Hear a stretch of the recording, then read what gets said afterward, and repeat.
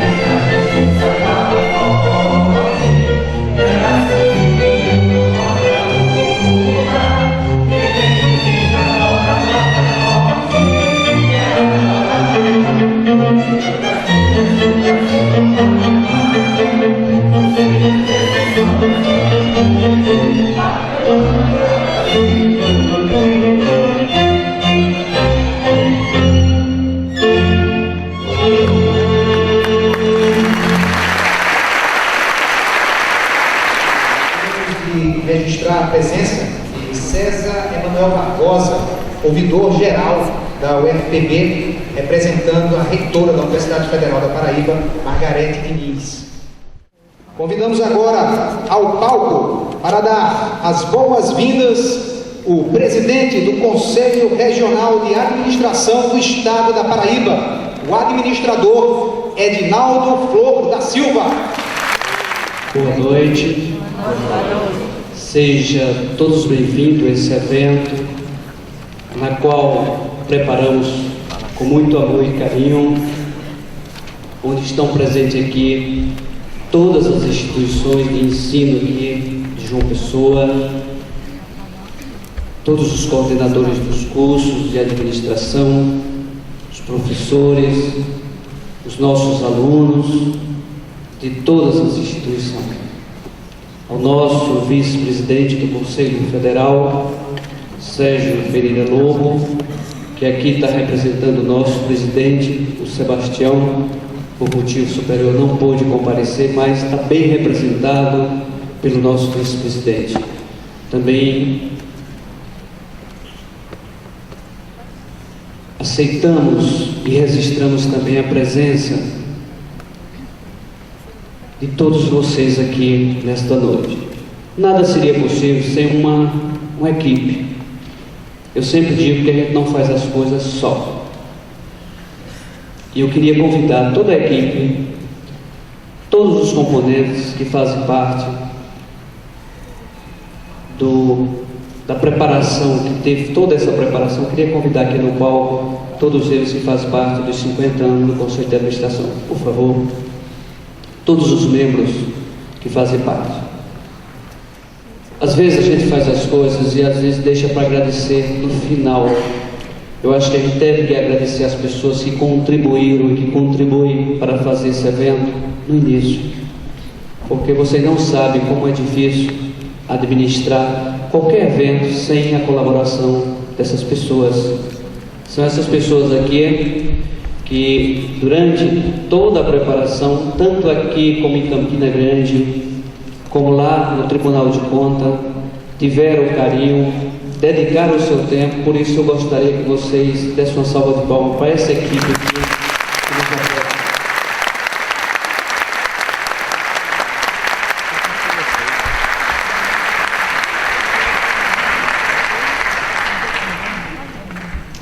Está faltando alguém, Yuri, volta por aqui. Verônica também. E o Lorival também estava presente aqui. São essas pessoas aqui que nos ajudaram a fazer com que as coisas funcionassem.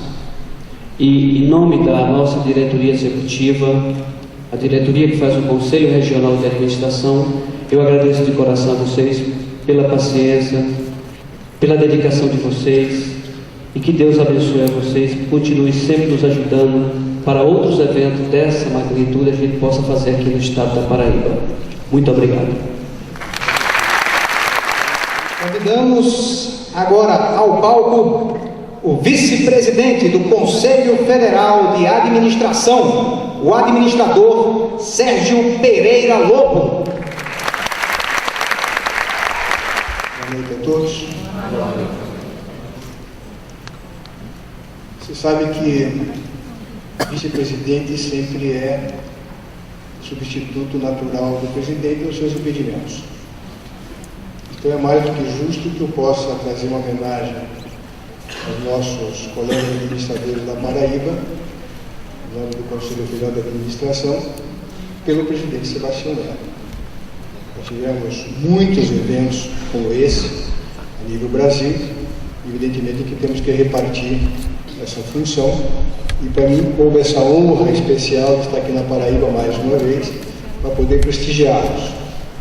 Então, saudando o nosso presidente Edinaldo, nosso presidente e amigo Edinaldo, eu saúdo todos os demais componentes desta organização do evento, como também o meu colega de plenário do Conselho Federal, Marcos Caleb, como também nossos ex-companheiros do Conselho Federal, Marco Melo e Lúcio Mariano, que aqui estão, e dizer que todos são muitíssimo bem-vindos nessa noite para poder recepcionar não só os administradores da Paraíba, como também esta profissão que é a maior profissão do Brasil. Eu quero rapidamente comentar com vocês algumas coisas que acontecem a nível do sistema federal, porque é muito importante que todos saibam do esforço que é feito pelos representantes dos conselhos regionais a nível federal. E quero destacar aqui duas pessoas que têm se destacado nessa função de representar a Paraíba no Conselho Federal. Uma é o Edinaldo, que é o presidente, que fez parte comigo de uma comissão do Programa de Desenvolvimento dos Conselhos Regionais, do PRODER, e que nós deliberamos durante o ano ajuda para os regionais naquilo que eles precisam mais, ou seja, para a parte de infraestrutura, ou para a parte de eventos, ou para a parte de formação profissional, e o Edinaldo então se destacou este ano, que está encerrando agora, com uma participação expressiva. Muito obrigado, Edinaldo, mais uma vez.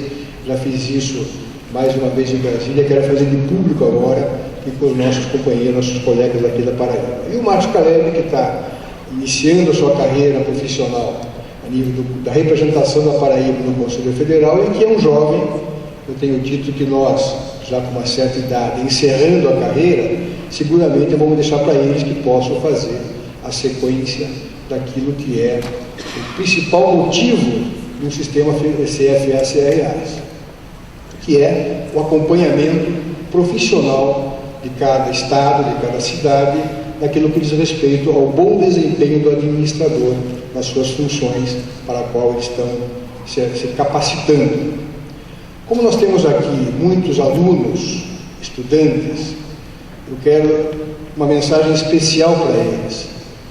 Eu costumo dizer, eu fui a minha vida inteira na área acadêmica, eu fui da PUC do Paraná durante muitos anos até me aposentar, eu sempre fazia questão de dizer que a função do Conselho Regional e do Conselho Federal é uma delegação que nós temos no Ministério do Trabalho para fazer a fiscalização profissional.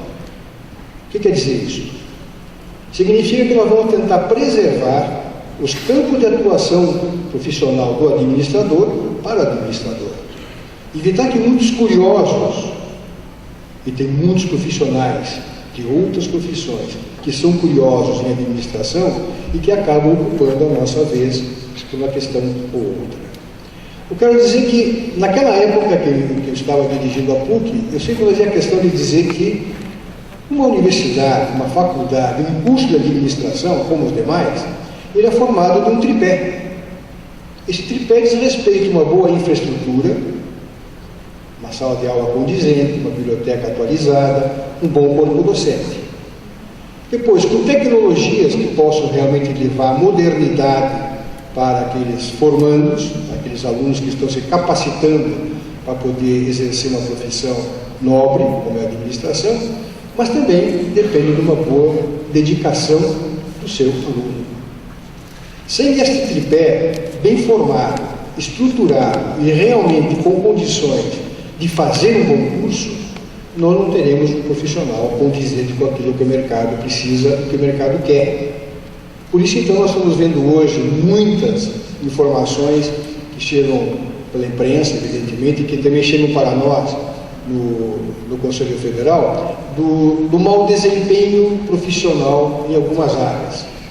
Vou citar algumas somente rápido, porque nós temos uma solenidade muito grande, mas dizer que agora, recentemente, recebemos da CGU, que vocês estão acompanhando, evidentemente, todo esse processo que está se desenrolando através de um administrador, que foi homenageado pelo Conselho Federal na semana passada em Brasília, Augusto Nardes, que diligentemente está tentando aplicar a legislação daquilo que diz respeito ao bom desempenho da gestão pública no Brasil. Eu quero repetir porque essa informação da CGU, que está na imprensa, diz respeito a 60 municípios brasileiros em que eles tiveram uma sua auditoria normal, como amostragem. Claro que eles vão fazer isso ao longo dos anos todos. Então pegaram 60 municípios brasileiros, de todas as regiões do país. Norte, Nordeste, Sul, Sudeste, Centro-Oeste, etc. 57 municípios têm as suas contas reprovadas só por uma questão de má gestão na administração pública. Por isso, então, gente, isso aqui é coisa recente, saiu agora, faz uma semana. É que o Conselho Federal montou uma Câmara de Gestão Pública justamente para tentar levar aos municípios levar os dirigentes políticos, estados, municípios, nação, enfim, a necessidade de se capacitar cada vez mais o administrador. Então eu volto a repetir, meus caros futuros colegas, alunos que estão aqui presentes nessa plateia. Sejam preocupados, vocês exijam cada vez mais. Façam questão com que a escola que vocês estão frequentando, alguns estão pagando porque são escolas privadas, outros não estão pagando porque são escolas públicas, mas independente de ser pública ou privada, exijam o que haja realmente uma preocupação por parte dos dirigentes escolares, dos dirigentes acadêmicos, para uma boa formação. Porque só assim nós vamos ter condições daqui a alguns anos, e espero que seja muito rápido isso, ter realmente condições de oferecer ao mercado aquilo que o Brasil precisa. Esse atual momento brasileiro, nós estamos aí vivendo uma intensidade muito grande e preocupante, evidentemente, eu diria que muito do que está acontecendo é por falta de gestão. Um bom país, como uma boa empresa, só pode ir bem se tivermos boa administração. Eu espero que vocês entendam essa mensagem como uma necessidade de uma autocapacitação, mas também de uma participação razoável desse tripé. Muito obrigado de novo pelo convite, espero poder representar bem o Conselho Federal. Mais uma vez, parabenizar todos os nossos colegas administradores aqui da Paraíba e dizer que estamos à disposição. Espero poder continuar ajudando a Paraíba, como os demais estados, na maneira com que vocês nos recebem aqui na Paraíba e com que vocês fazem um evento como esse. Muito obrigado e tenham sucesso nesse evento. E agora, gostaríamos de convidar ao palco, representando o governador do estado da Paraíba, Ricardo Coutinho, o chefe de gabinete do governador do estado da Paraíba, Fábio Maia. Boa noite a todos e a todas. Primeiro dizer para vocês que estar aqui é uma alegria tripla. Primeiro por estar nesse teatro, que é uma obra marcante do nosso governo, uma obra marcante do governador Ricardo Coutinho. Teatro esse que, se você andar pelo Brasil afora, vai encontrar poucos desse nível. E que está aqui reforçando essa grande obra que é o Centro de Convenções aqui do estado da Paraíba. Alegria, mas a segunda alegria é porque até 2010, quando ainda estava lecionava justamente no curso de administração da Universidade Federal de Campina Grande. E lá, especificamente, conheci, apesar de ser da área de exatas, da área de matemática aplicada, conheci o papel e a importância de ser administrador. Daí porque quero saudar a todos e a todas na pessoa de Edinaldo Flor, que está aqui levando à frente e levando muito bem o Conselho Estadual de Administração, onde necessariamente a gente sabe das lutas e das agruras que têm sido desenvolvidas e que têm sido trabalhadas para que cada vez mais se levasse a sério, principalmente a questão da administração pública. Saudar também o vice-presidente do Conselho Federal de Administração, Sérgio Lobo, na pessoa dele, saúde a todos e a todas os presentes. Quero dizer para vocês que a alegria dupla é no sentido justamente da gente entender o quanto é importante a administração, principalmente no papel de uma administração pública. Nós estamos vivendo um período de crise, um período que, se a gente não tivesse um Estado onde houvesse uma preocupação, e essa é a preocupação do governador Ricardo Coutinho, uma preocupação cada vez maior da administração, a preocupação do controle fiscal e financeiro, a Paraíba já teria perecido, como outros estados que têm inclusive situação econômica muito melhor do que a nossa. Não é à toa que no último mês de agosto a Paraíba foi o único estado da nação que conseguiu ter aumento do número de vagas, de postos de emprego em relação a todo o Brasil. Isso é decorrente de uma política e de uma preocupação cada vez maior, de que o que é público tem que ser tratado como público. O presidente do Conselho, o vice-presidente do Conselho Federal de Administração, colocava aqui quantas e quantas prefeituras temos no Brasil afora que têm suas contas reprovadas simplesmente porque não tem uma preocupação, muitas vezes porque não se contrata ou não se chama um profissional adequado para inclusive gerir uma secretaria de administração. E é dessa forma que a gente tem lutado a cada dia para que a Paraíba continue no rumo certo. E isso só é feito se você necessariamente fizer o dever de casa. Nós estamos a cada momento tendo uma diminuição de fundo de participação do Estado, e que isso traz inúmeras dificuldades para o Estado da Paraíba. Nós tivemos também, decorrente do período de seca e logicamente dessa crise nacional, a diminuição de ICMS. Porém, com as contas sanadas, nós podemos ainda, a partir de cortes de gastos públicos, como tem sido feito, e recentemente foi publicado um decreto aqui no Estado da Paraíba, justamente para a redução de alguns índices, que a gente pode obrigatoriamente sanar e poder continuar com investimentos. Se não for dessa forma, fazendo o dever de casa, a gente terá muitas dificuldades para avançar cada vez mais. É um Estado que, apesar de todas as dificuldades que tem, nós conseguimos honrar a folha de pagamento dentro do mês vencido até o presente momento, e nos outros meses também teremos essa garantia. Mas mais do que isso, no meio do ano foi possível inclusive fazer pagamento de 50% do 13º, o que isso injeta uma grande quantidade de recursos dentro do movimento do nosso Estado. Mas isso só é possível se tiver gestão. E para ter gestão pública, não tenho dúvida, é a responsabilidade e a colaboração de cada um de vocês que faz a administração na Paraíba, no Brasil.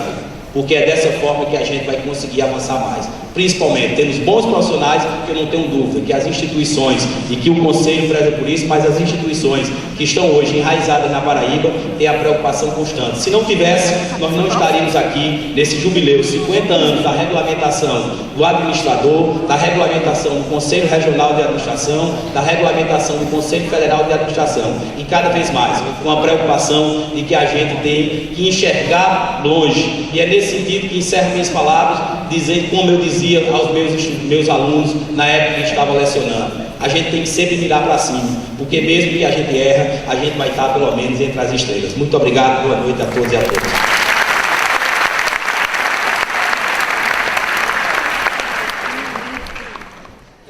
Ele é maestro, administrador formado pela Faculdade de Ciências Econômicas da Universidade Federal de Minas Gerais, onde também cursou Economia, Psicologia e Filosofia. Pós-graduado em Educação Ambiental e Ecoturismo pela UFLA, conselheiro efetivo da Ordem dos Músicos do Brasil em Minas Gerais, onde também é conselheiro efetivo do Conselho Regional de Administração do Estado. Membro honorário da Associação Boliviana de Gestão Humana em Santa Cruz de la Sierra. Membro correspondente do Instituto Metapsíquico Internacional em Paris. Já realizou palestras na Argentina, Bélgica, Bolívia, Colômbia, França, Itália, Paraguai, Peru, Suíça e Uruguai. Autor de 13 livros, e vários de seus artigos foram citados em bibliografias nacionais e internacionais. Prêmio Palma de Ouro pela composição e direção da opereta Armenoville. Ufa, que currículo, hein? Apresentando a palestra Gerenciando Sua Empresa como uma Orquestra, convidamos ao palco Raul Marinuzzi.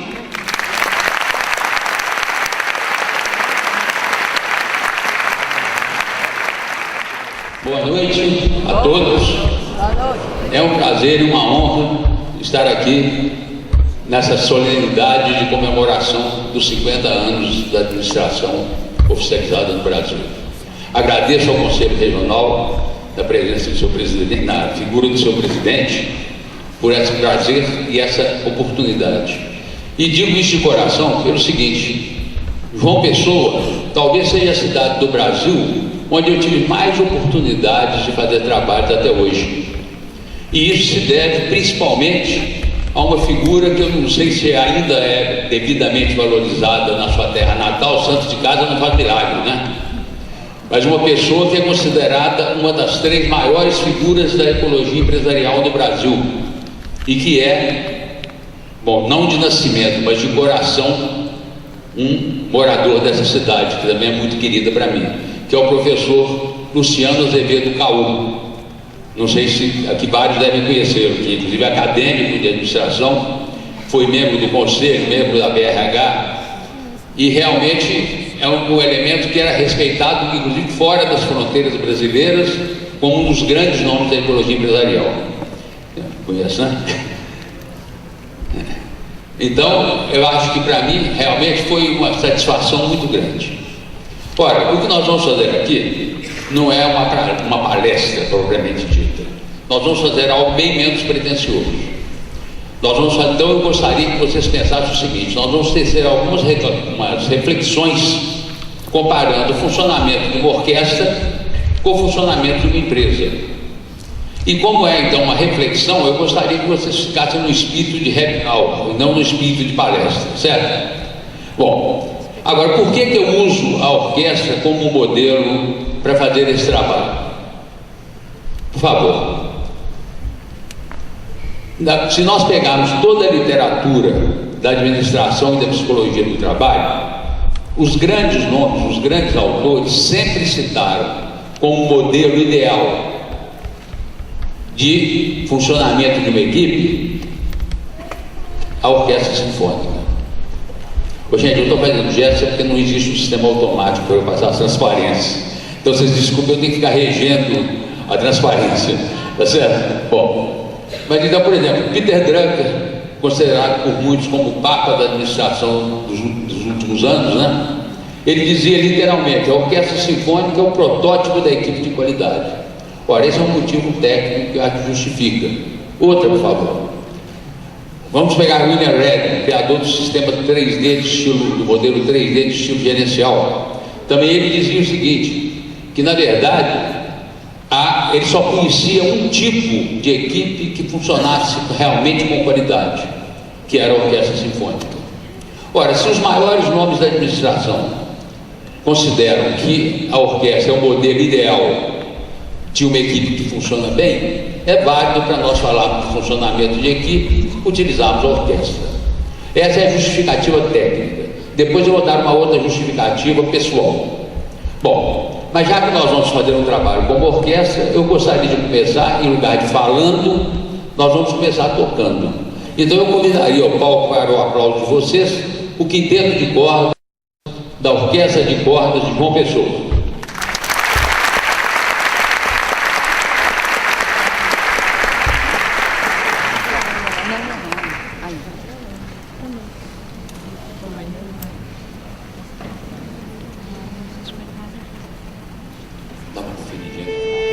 E nós vamos começar apresentando para vocês o primeiro movimento da Serenata em Sol de Mozart, um dos maiores gênios da música de todos os tempos.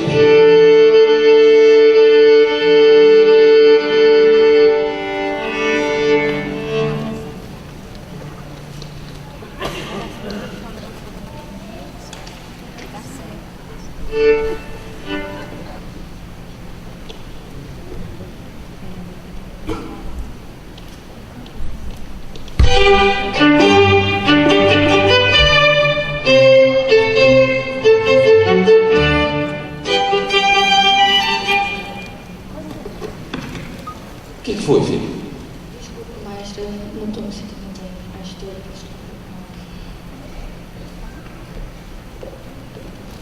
Foi um pequeno imprevisto, probleminha de saúde. Nosso segundo violino está passando mal, então nós vamos fazer somente com o quarteto a serenata. E aí, como administrar?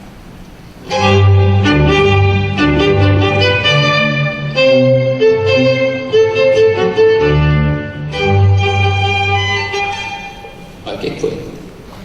Não, é porque vocês, maestros, tratam cada músico como se fosse um instrumento. Não foi o segundo violino que adoeceu. Ela tem um nome. O nome dela é Letícia e o senhor parece ignorar esse e outros nomes por todos os ensaios. Foi mal. Bom, então, gente, com o trio, nós vamos apresentar a Serenata em Sol de Mozart.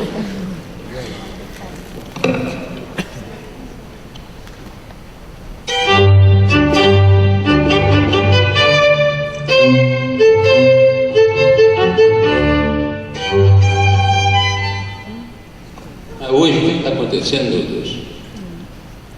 Não consigo entender nada que o senhor está fazendo aí na frente. Não consigo entender seu gesto. Não sei se o senhor está regendo, se está benzendo a orquestra. Não consigo. Agora sobrou para mim. Bom, mas então, com o duo, nós vamos tentar apresentar a Serenata de Mozart.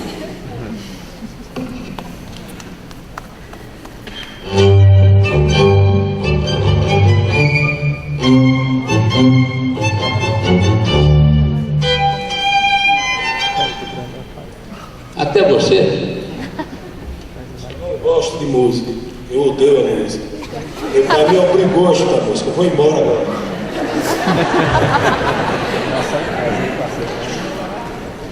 Bom, então o solista já? Eu não posso bater o escanteio e subir para cabecear. Eu vou fazer sozinho um trabalho de 5 anos. Eu vou me descobrir. Bom, eu espero que nunca tenha acontecido alguma coisa parecida com vocês. Dependerem do trabalho de uma equipe e, como todos sabem, todo o diferencial de qualquer organização eficiente é a eficiência de suas equipes de trabalho. Ora, então imagine a gente depender de uma equipe e a equipe desaparecer. Agora, lamentavelmente, eu tenho uma informação meio pessimista para vocês. É o seguinte: isso que vocês viram aqui de uma forma caricata, e o primeiro vocês acreditaram, né? Mas deixa eu contar um casinho rápido. Eu estava em Gramado, no Rio Grande do Sul, e aliás aconteceu aqui também, em João Pessoa, numa outra situação. Vou contar então de João Pessoa, que é mais interessante, porque é aqui da própria cidade. Nós estávamos fazendo esse trabalho, só que a pessoa que fazia o segundo violino passou tão mal que na hora que ele foi saindo do palco já subiu o pessoal do serviço paramédico e o maestro Cardanício, que estava trabalhando conosco, que vai se apresentar no final, estava nessa situação. Aí eu fiquei, quase ficou doente, fui eu, porque eu não podia falar que era brincadeirinha, que atrapalhava tudo, e eles queriam levar o rapaz de ambulância. Bom, mas voltando então aqui ao caso, o que eu queria dizer é o seguinte: isso que vocês viram aqui de forma caricata, na verdade acontece com muito mais frequência do que vocês pensam em todas as suas equipes de trabalho. E isso é um problema que deve nos preocupar como homens que cuidam da gestão. Eu vou tentar demonstrar para vocês que isso é verdade. Bom, a primeira, a Letícia, que eu falei, o segundo violino, ela saiu por motivo de saúde. Gente, como que a Organização Mundial de Saúde define saúde? É um completo estado de bem-estar fisiológico, psicológico, social e espiritual. Eu perguntaria a vocês, na vida atual, com toda a agitação que nós temos, com todos os problemas, com a violência e com algumas práticas empresariais, infelizmente, lidadas com pouca habilidade por seus administradores, a tendência das pessoas é viver em pleno estado de prazer, principalmente psicológico, social e espiritual, ou a viver em estado de tensão. Então, nesse momento, o que acontece? A pessoa não se sente bem, e não se sentindo bem não tem condição de dar a máxima contribuição que poderia. E vocês viram na prática o que aconteceu aqui. Apesar de eu estar tocando a música de um dos maiores gênios da história da música, à medida que cada um foi retirando sua contribuição, o que foi acontecendo? A música foi perdendo o brilho, foi perdendo o sentido, foi perdendo a beleza até desaparecer. Bom, o segundo saiu por outro motivo. Ele ficou bravo porque eu falei que o nosso segundo violino tinha passado mal. E ele falou: não é um segundo violino, é uma pessoa. Olha, um alerta principalmente para os estudantes, mas também para os administradores já tarimbados. Nós temos uma preocupação muito grande com a lógica, com a razão, com a técnica, com os processos, mas muitas vezes nós caímos no pecado de esquecer. Nós nos preocupamos com o trabalho executado pelas pessoas, mas muitas vezes nos esquecemos das pessoas que executam o trabalho. E o que acontece então? Passamos a considerar as pessoas como peças do processo produtivo. Houve uma época na história da administração que isso era comum, inclusive ser citado nesse sentido. Nessa hora a pessoa então se sente desumanizada, robotizada, ela se sente como uma engrenagem de uma máquina. Com isso ela perde naturalmente, vamos dizer assim, a sua motivação, sua contribuição diminui e a orquestra perde um pouquinho mais do seu brilho. Bom, a terceira, e aí o pessoal, o espírito sádico, o pessoal gostou. Ela não entendia a minha regência, não sabia se eu estava regendo ou benzendo a orquestra, né? Bom, o que é um problema de comunicação? Na verdade, gente, comunicação é uma coisa muito complicada. tão complicada, que uma escolinha razoável que tem por aí, acho que vocês todos já ouviram falar, a tal de Harvard, criou uma equipe que trabalhou 12 anos só para estudar qual era a causa básica das dificuldades de comunicação. Porque em toda empresa que vocês fizeram um levantamento, vocês vão verificar uma coisa: a comunicação está entre os grandes problemas de qualquer organização. E isso é um problema que deve ser uma preocupação do administrador. Porque, por exemplo, é muito fácil eu falar uma coisa. Isso quer dizer que eu me comuniquei? Não. Porque a comunicação não é o que o emissor fala, é o que o receptor percebe e compreende. Então, o que acontece? Eles fizeram um estudo de 12 anos e chegaram a uma conclusão interessante, criaram uma teoria que a professora que liderou a equipe, era ela e o marido dela, Dan e Kathleen Hert, eles deram o nome de teoria das concepções compartilhadas. O que é essa teoria? É basicamente o seguinte: segundo eles, quando todos nós nos comunicamos, nós nos esquecemos que as pessoas não têm o mesmo nível de conhecimento, de interesses, de informação do que a gente. Então a gente fala com as pessoas como se estivesse falando com nós mesmos no espelho. Então nós usamos uma linguagem num nível muito alto de abstração, ou falando meias palavras, e achamos que a pessoa entendeu. E na verdade isso não acontece. Vamos dar um exemplo bem vulgar. O administrador que chega para a sua secretária e fala: atenda bem o cliente. Ele se comunicou? O que ele entende por atender bem o cliente? É falar, saber justificar a sua ausência do setor? É dar um cafezinho para o cliente?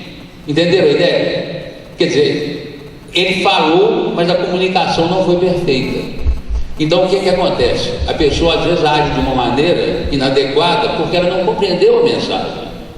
E a professora Elizabeth Newton, que também é da Universidade de Harvard e participou da equipe, ela criou uma experiência que eu vou fazer com vocês aqui, interessante para provar essa dificuldade que nós temos na comunicação, que seria a ideia das concepções compartilhadas.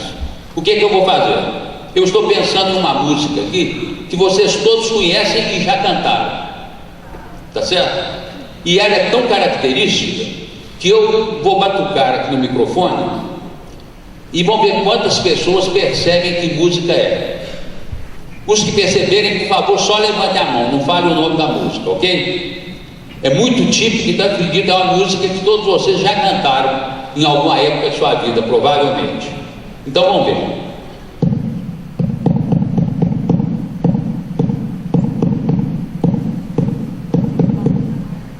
Vários já levantaram a mão. Para mim, é claríssimo. Vocês que levantaram a mão, é possível que alguém não tenha entendido? Não foi claríssima a mensagem? Só faltou fazer minhal.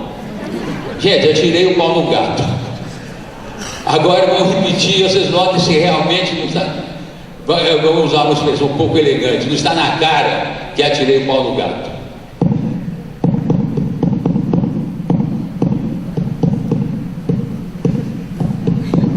Entenderam? Então esse é o problema básico da comunicação.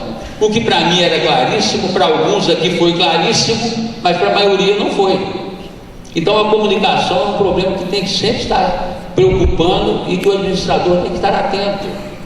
E que muitas vezes, lamentavelmente, eu diria, na maioria das vezes, não existe essa preocupação.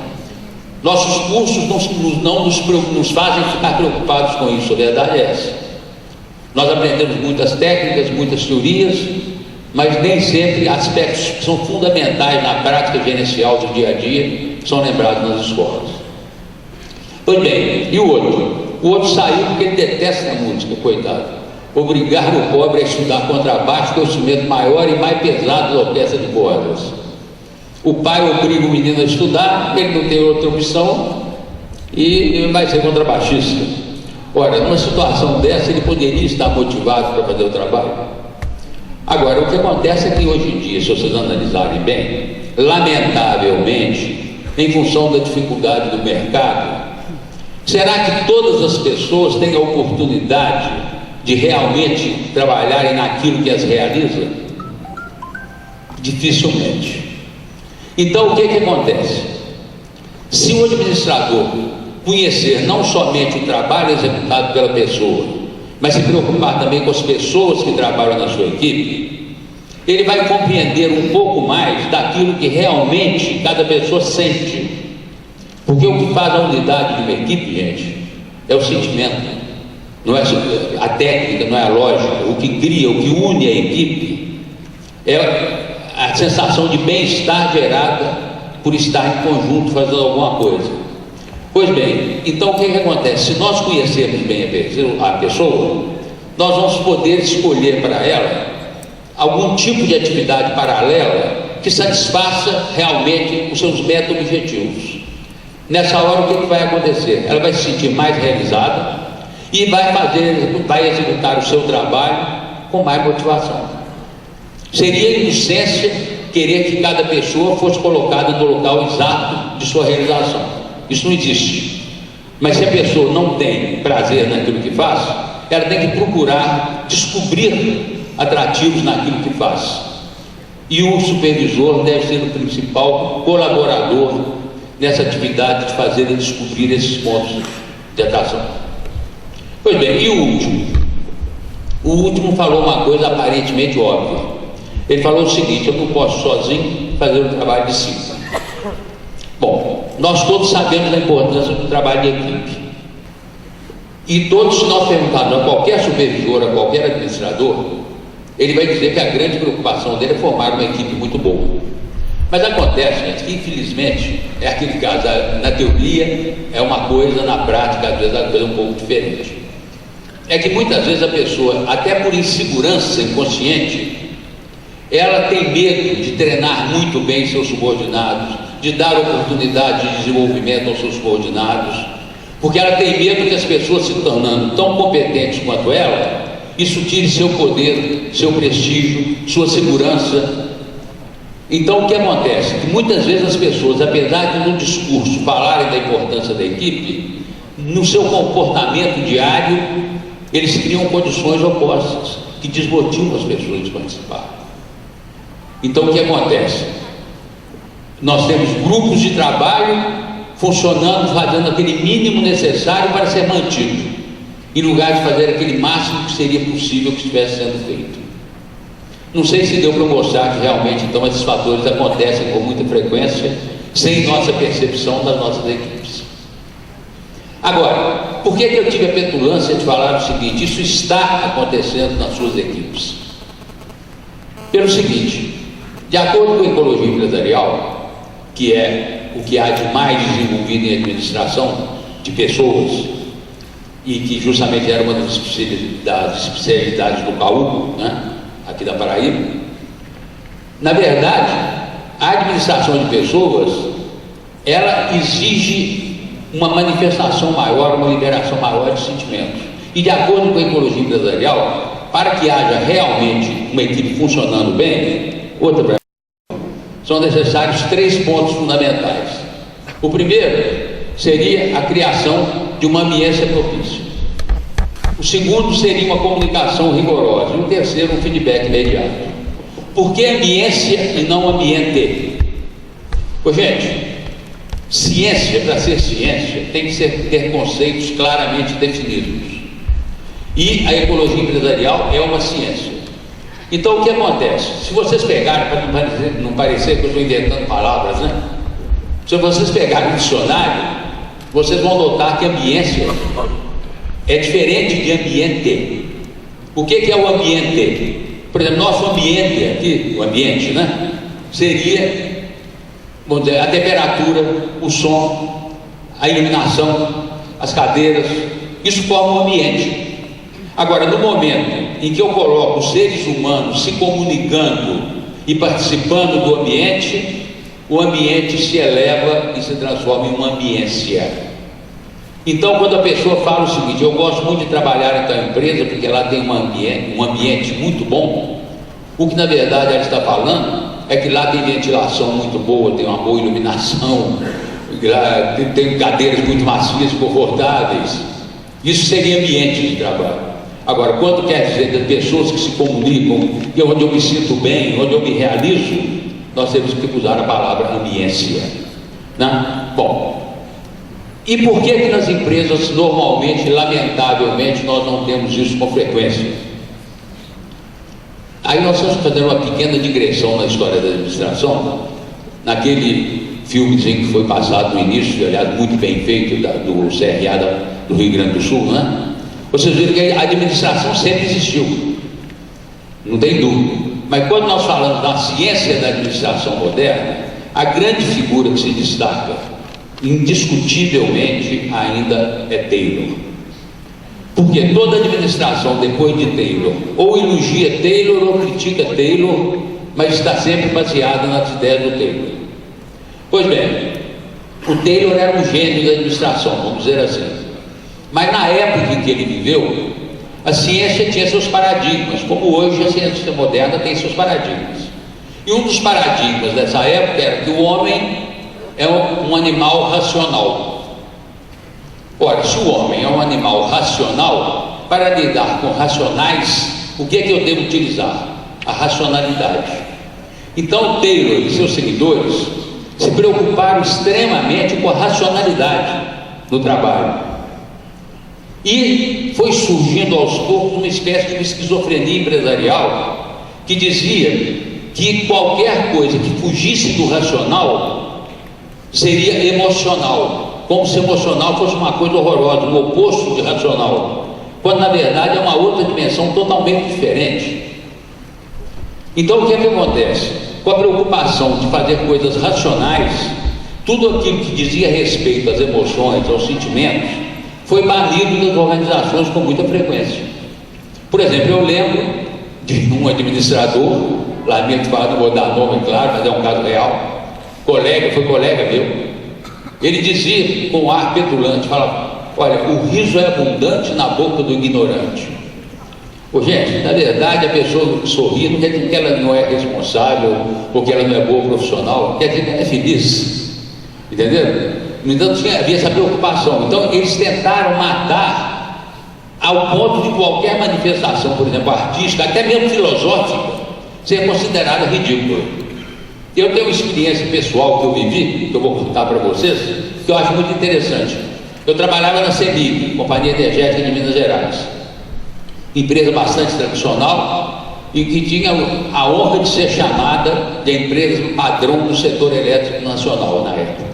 Pois bem, mas eu por 25 anos, por 28 anos eu trabalhei na CEMIG, mas por 25 anos eu fui diretor da Orquestra Sinfônica Mineira. Então eu tinha duas atividades paralelas, uma de dia e outra à noite. Então, uma vez, quando eu terminei meu curso de filosofia, me deu uma ideia e eu escrevi um livrinho. Mas escrevi um livro de filosofia, que até o nome dele já mostra que é uma coisa meio complicada, o Hidromel dos Avatares. Ora, pelo nome vocês veem que a coisa é complicada. O que era o tema do livro? O que é hidromel? É água com mel, é o mel dissolvido na água. Era a bebida dos deuses do Olimpo, da Grécia, né? E Avatar? Avatar é qualquer encarnação divina. Por exemplo, para nós cristãos, Jesus é um avatar. Mas eu peguei 3 avatares da religião indiana: Hermes, Rama, Krishna. Peguei São Tomás de Aquino, representando a teologia católica, e um mendigo, e fiz os 5 se encontrarem no alto do Monte Olimpo, onde eles não podiam descer porque era muito alto, e eles não sabiam como é que eles foram parar lá. Então em cima do monte só tinha uma mesa com uma jarra de hidromel, e eles então tinham 2 opções: ou beber hidromel, ou dormir, ou conversar. Então eles começam a conversar, e nessa conversa eles desenvolvem toda a filosofia da evolução da espiritualidade, desde Hermes, que é considerado o primeiro grande avatar, até Jesus. Bom, quando o livrinho saiu, gente, vocês não acharam que é brincadeira? Eu trouxe um exemplar do livro só para mostrar, ele existe, está aqui, tá? É verdade. Bem, mas repare o seguinte: numa empresa tradicional, um camarada fazer um livro, eu cometi um pecado maior ainda. O livro é inverso, é poesia. Ora, então, é área totalmente, vamos dizer assim, estranha para a racionalidade empresarial fria. E eu tive uma experiência interessante com um colega, grande amigo meu, não vou citar o nome dele, porque pode ter um parente aqui, Um dia chegou à minha sala, porque quando o livro saiu, vamos dizer a verdade, 2 pessoas gostaram muito do livro, minha mãe e eu. Nós gostamos muito. Agora, nesse dia, esse colega chegou com o livrinho na mão, mas ele estava mais alegre do que minha mãe quando viu o livro. E falou: Raul, eu vi seu livrinho. E eu não entendi aquela alegria toda. E como na empresa não se manifesta sentimento, aí quem ficou sem graça fui eu. Falei: Mas por sorte ele explicou. Olha, quando eu te vi na orquestra, mexendo com aquele pauzinho conduzindo a orquestra, eu já desconfiava, mas fazia faltar você fazer versinho. Agora você fez. Você é doido, você devia ser banido da CEMIG. Imagine a reação, em lugar de falar, o camarada, além de ser chefe de divisão da empresa, na época eu era chefe de divisão, ainda sabe fazer verso e conhece filosofia, entendeu? Então o que é que acontece? Essa falta de manifestação de qualquer forma de sentimento dificulta muito a administração, porque hoje está provado cientificamente, primeiro, que o homem não é um animal racional. Existem teorias, inclusive, que dividem hoje o universo em 4 reinos: mineral, vegetal, animal e hominal. E dizem que a diferença entre o hominal e o animal é maior que entre o animal e o vegetal, né? Bom, agora, o problema é que com a evolução do pensamento, também Maslow, aquele psicólogo americano, provou o seguinte: que o homem, na verdade, ele não é um ser racional, ele é emocional. Gente, analisem vocês.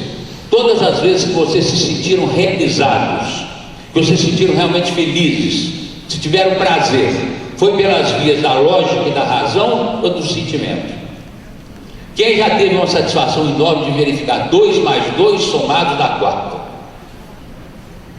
No entanto, o sorriso de uma criança, um abraço de uma pessoa querida, uma música bonita, muitas vezes despertam muito mais nossos sentimentos.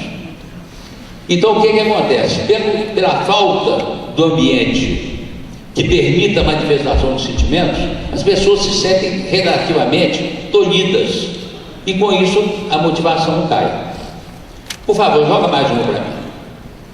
Você sabe que a moderna neurofisiologia cerebral afirma que o cérebro tem 2 hemisférios, mais um, o hemisfério esquerdo e o hemisfério direito. Pois bem, o hemisfério esquerdo, que se manifesta pelo lado direito, é o hemisfério de onde saem os pensamentos lógicos, racionais, frios, analíticos. Então a pessoa, por exemplo, quando estuda uma técnica, um processo, está desenvolvendo o seu hemisfério cerebral esquerdo. E o hemisfério cerebral direito é o hemisfério das emoções, das sensações. Por que, gente, que até pouco tempo atrás as mulheres não ocupavam altos postos nas organizações? A alegação era que mulher chora, mulher manifesta sentimento, e isso na empresa era punido, quando na verdade devia ser valorizado, como hoje começa a ser. Entenderam a ideia? Então o que acontece? Nós nos condicionamos pelo próprio tipo de ensino que nós temos na nossa realidade ocidental a só utilizar e só valorizar o hemisfério esquerdo. Nós somos treinados para ser pessoas eficientes, não para sermos eficientes como pessoa. E com isso nós nos condicionamos e perdemos a liberdade, a condição de manifestar sentimentos. Nós, quando queremos, não conseguimos. Tem uma pesquisa da Universidade da PUC do Rio de Janeiro, feita com 300 executivos e executivas do setor elétrico. Bom, eu não sei, aí não era do setor elétrico somente, é de vários setores, mas era de altos executivos, em que a pergunta era uma só: como o executivo ou executiva eram percebidos pela família? 97% das respostas era a seguinte: em termos de dar orientações, de colaborar na parte financeira, tudo isso eram excelentes, mas na hora da manifestação de sentimentos, praticamente era um fracasso. E o exemplo mais citado foi o seguinte: é do filho que chega, que está estudando em casa, tem que fazer um trabalho, pede a colaboração do pai ou da mãe para lhe ajudar, e ele fala: meu filho, não posso, eu estou fazendo uma coisa mais importante, porque ele levou, por não saber administrar bem seu tempo, ele levou trabalho para casa. Ora, existe alguma coisa mais importante do que ajudar na educação de um filho? Entenderam a inversão do valor? Mas eu falando isso, muita gente pode pensar, não, aqui está certo, está errado eu querer não fazer um trabalho para ir ajudar o filho. Nós nos condicionamos a isso. Desde a escola primária, nós treinamos qual hemisfério? Nós treinamos emoções ou treinamos técnicas, conhecimentos, aprendizagem? Tem uma experiência interessante, se vocês concordarem, nós vamos fazer. Perdão. Que é a seguinte, para quem quiser participar, por favor, descruze as pernas, descruze os braços, libere a mão direita apoiada na perna direita. E preste atenção em minha orientação, que é muito difícil. Preste atenção então, quando eu disser já, única e exclusivamente, quando eu disser já, vocês vão bater com a mão direita na perna direita. Quando eu repetir o já, vocês vão bater com a mesma mão direita na perna esquerda. E assim sucessivamente, sempre que eu diga já. Deu para entender? Bom, minha perna direita é essa, então vocês é de cá. Então vamos lá. Já, já, já, já, já. Eu frisei muito, só quando eu disser já.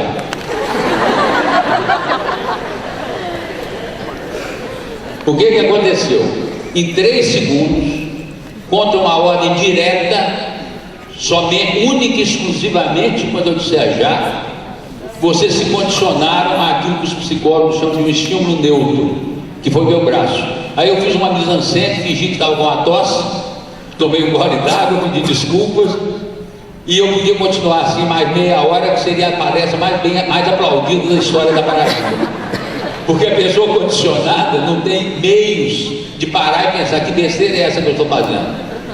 E se vocês analisarem na nossa vida, gente, quantas tolices nós fazemos porque nós aprendemos que aquilo é bom, aquilo é ruim, isso é certo, isso é errado. Entendeu?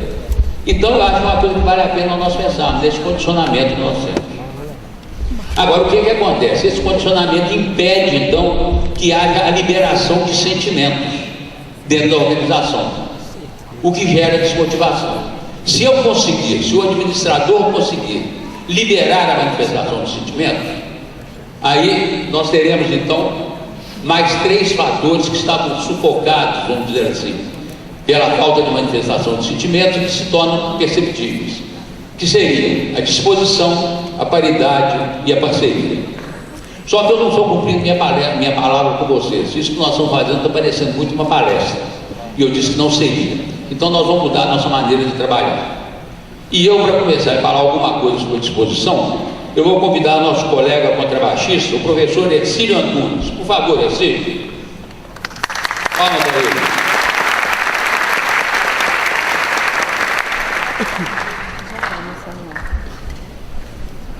Tudo bom, Ercílio? Me conta uma coisa, agora falando seriamente, por que você é contrabaixista, né? Primeiro, eu amo a música, né? E o timbre do instrumento, a sua função na música, é o que mais me toca. Repare o seguinte, porque eu amo a música.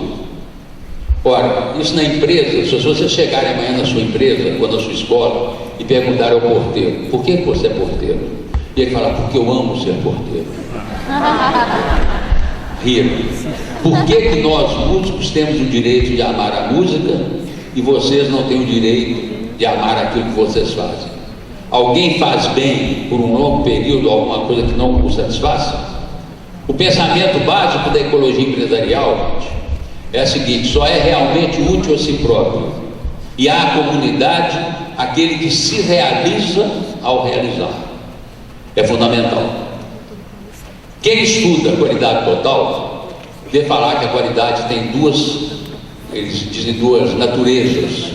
A qualidade de fato, a qualidade em ação, que é produzir um produto bem feito, e a qualidade em percepção, que é como o cliente percebe a qualidade. A ecologia empresarial mostra que, na verdade, são 3.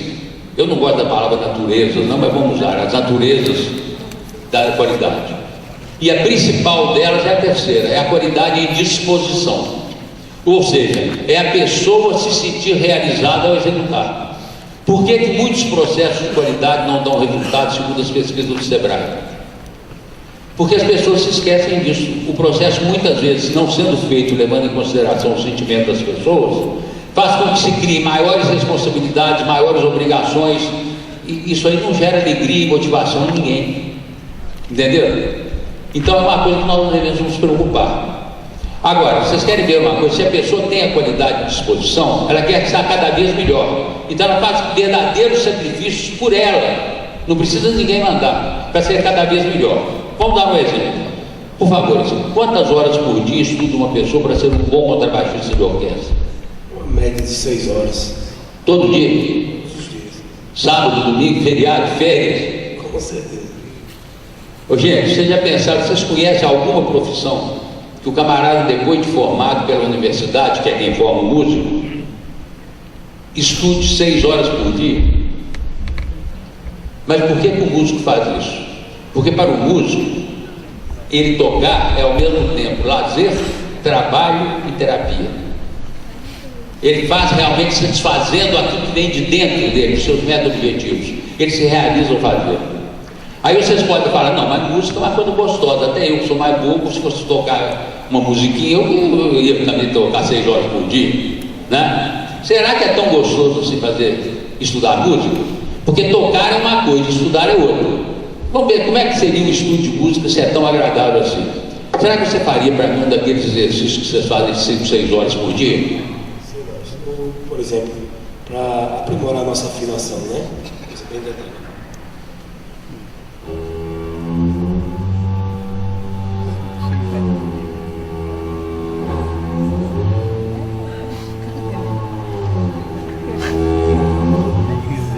6 horas.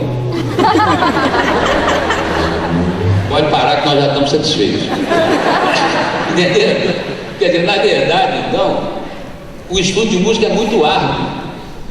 Eu lembro um caso interessante de um amigo meu contrabaixista que tinha apelido de Paredão, porque geralmente pelo instrumento, o tamanho do instrumento, é difícil um camarada muito baixinho tocá-lo, né?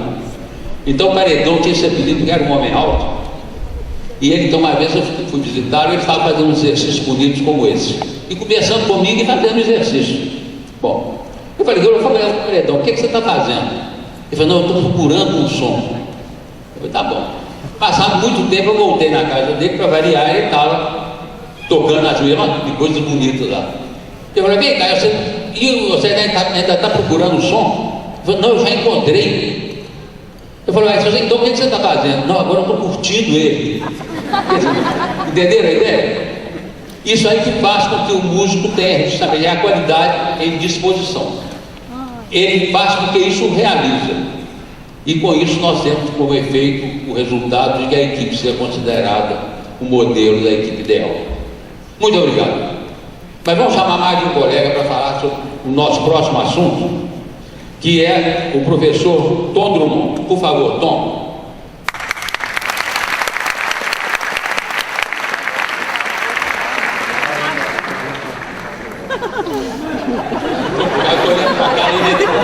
Você me deu um golpe, tá bom?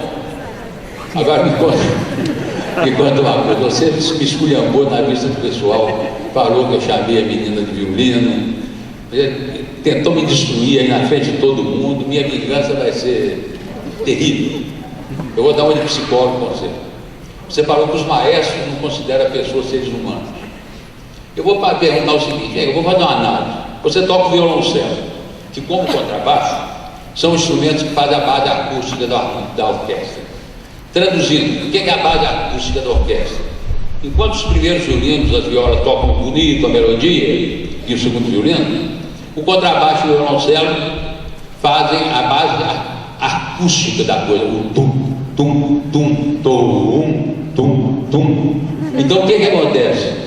O camarada que toca isso fica revoltado e põe a culpa do maestro. Não é isso, não? Primeiro que a gente não faz tum, tum, tum. A gente se esforça, né, meu amigo? O cara estuda 6 horas aqui e ainda tem que receber uma reclamação dessa, junto comigo. Você está achando ruim um topo de violino aqui, que eu vou embora. Me conta uma coisa, então. Você acha que o violoncelo é um instrumento importante? Ele é igual a todos os outros instrumentos. Né? Ah, ele é igual a todos os outros? Isso. Então quer dizer que o violoncelo é igual ao primeiro violino? É igual, né? Se ele comete o erro, se eu cometo o erro, tanto faz. É a orquestra que comete o erro. Então vocês reparam uma coisa, é a noção de paridade. Mas com uma diferença. É que a paridade na orquestra é real, não é de discurso. Não é o gerente que chega lá, aqui nós todos somos iguais como pessoas. Vai fazer isso, fulano. Entendeu? Aqui na orquestra não. O maestro e os músicos, todos são tratados como seres humanos com o mesmo valor. Então isso faz exatamente o oposto daquilo que na brincadeira nós fizemos. De falar, por exemplo, o segundo violino está passando mal. Não, para nós o músico não é uma peça do processo produtivo. Ele é que faz a música. O que adiantaria o maestro sozinho ficar aqui fazendo gesto se os músicos não tocassem? Entenderam a ideia? Olha, mas como você me xingou muito, eu ainda não estou satisfeito, preciso mais um. Me conta uma coisa, querendo ou não, quando acaba a música e o público aplaude, o maestro vai lá e dá a mão para o primeiro violino e não dá a mão para você não. Então, no fundo, você não fica com uma certa inveja, eu queria que aquele cara errasse tudo, embolasse os dedos naquela rabequinha, para o maestro que te falar, por que você não toca bem que o nosso violoncelista? Isso acontece? Não, porque o violinista ele é o representante da orquestra, né? Então, como eu disse, eu me sinto orgulhoso por tê-lo como representante, e se ele ou eu cometemos o erro, tanto faz, é a orquestra. Então, quando ele é cumprimentado pelo maestro, você se sente realmente cumprimentado? Eu me sinto. Ô, gente, aí entra a outra noção que é de parceria. É que na orquestra também é parceria real. Eles sabem que estão no mesmo barco. Um torce pelo outro, um tenta valorizar o outro, um tenta facilitar para o outro. Será que isso acontece em todas as nossas equipes, nas nossas empresas? Será que ninguém tenta serrar ligeiramente o pé da cadeira do colega para poder se destacar um pouquinho mais? Entenderam? Essa música que eu estou projetando é conhecida de todos vocês, não é tirei o pau no gato não. Mas vamos dizer que tem algum músico aqui, provavelmente deve ter, que sabe ler a partitura. Por favor, não fale para o vizinho do lado o nome da música. Porque você não vai estar colaborando, você vai estar trabalhando uma brincadeira que eu vou fazer depois, tá certo?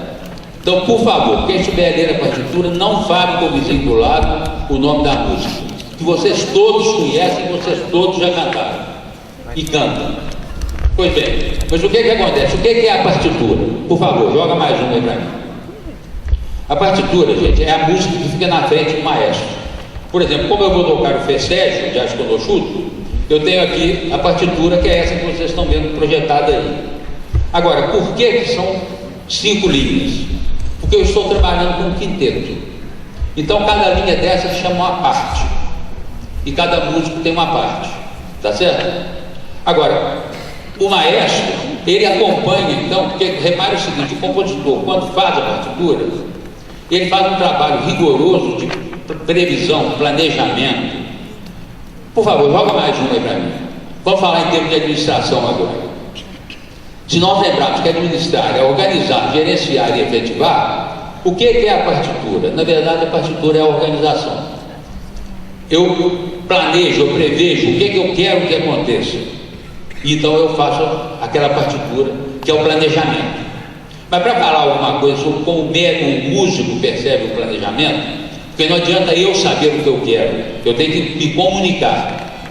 Para isso nós vamos chamar mais uma colega de nossa orquestra, que é a professora Anne Catarina. Por favor.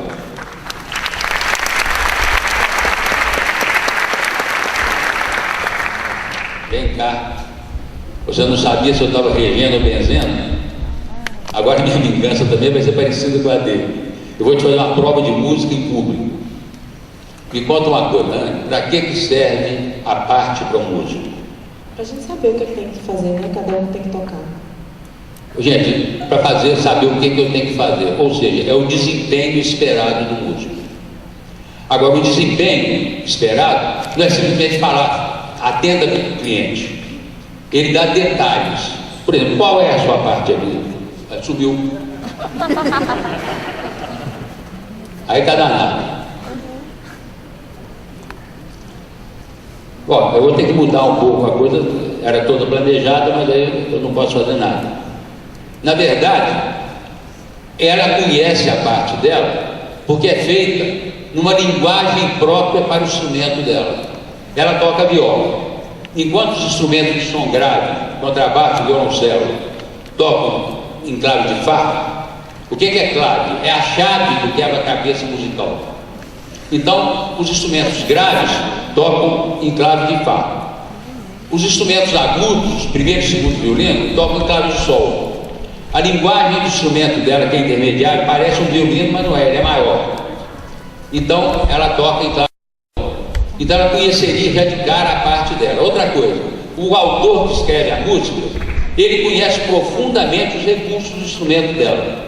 Então, ele coloca na partitura, eu vou falar, eu queria mostrar, não posso.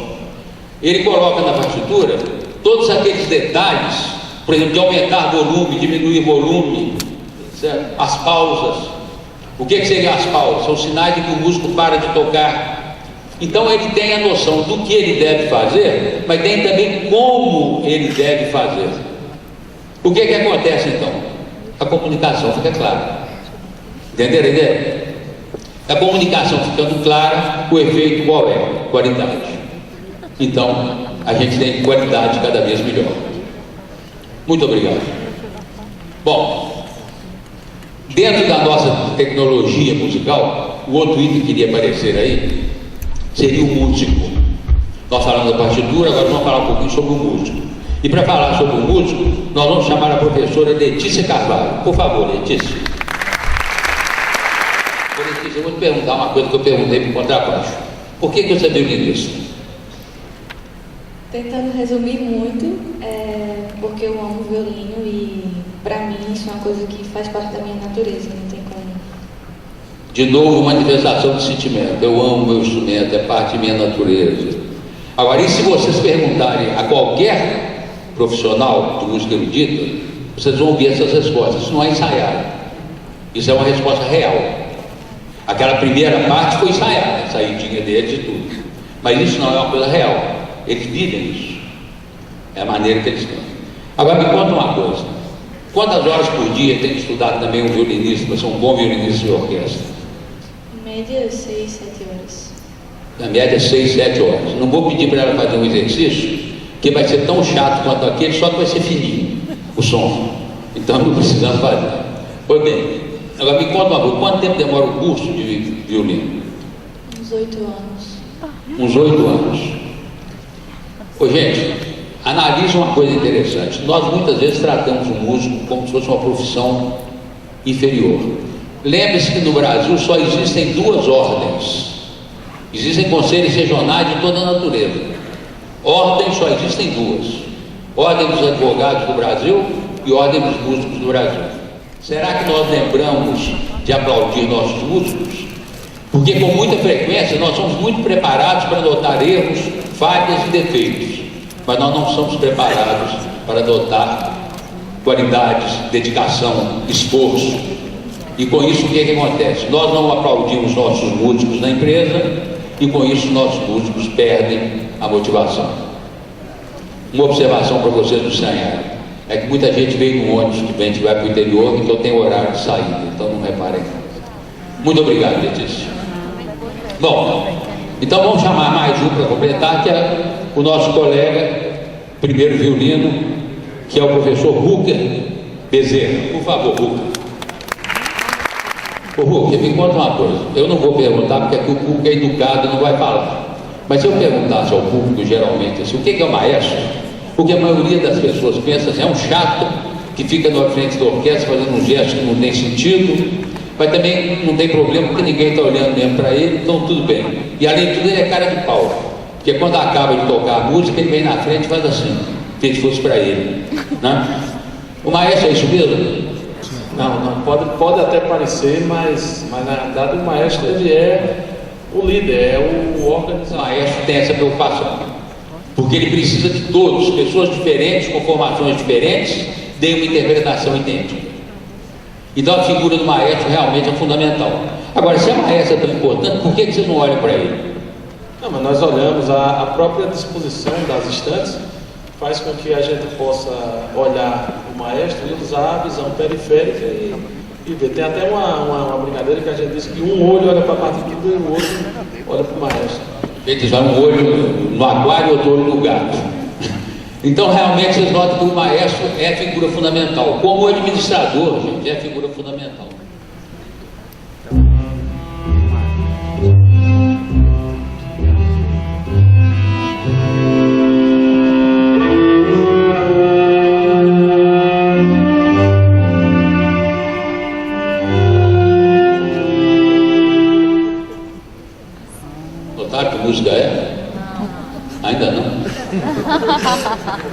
Bom, agora eu vou pôr o primeiro violino e vocês vão notar.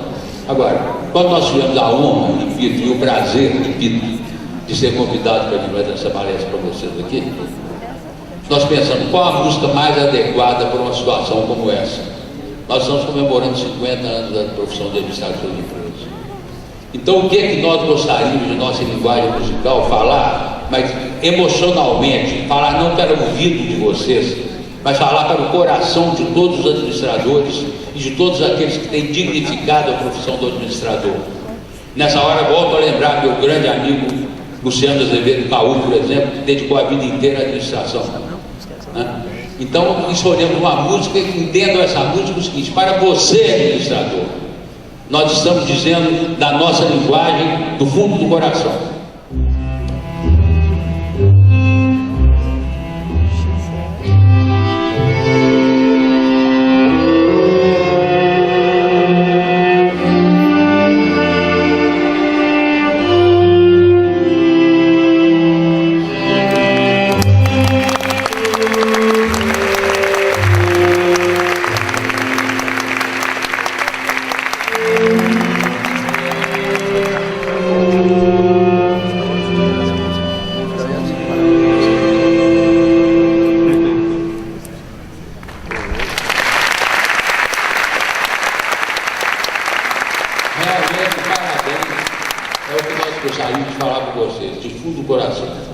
Graças a Deus e graças ao esforço de muitos profissionais, hoje a profissão de administrador é dignificada, é a profissão que tem o maior número de profissionais no país, que tem o maior número de candidatos aos vestibulares, isso graças a quê? A todos aqueles que dignificaram essa profissão. Então, realmente, parabéns a todos nós pelo Dia do Administrador.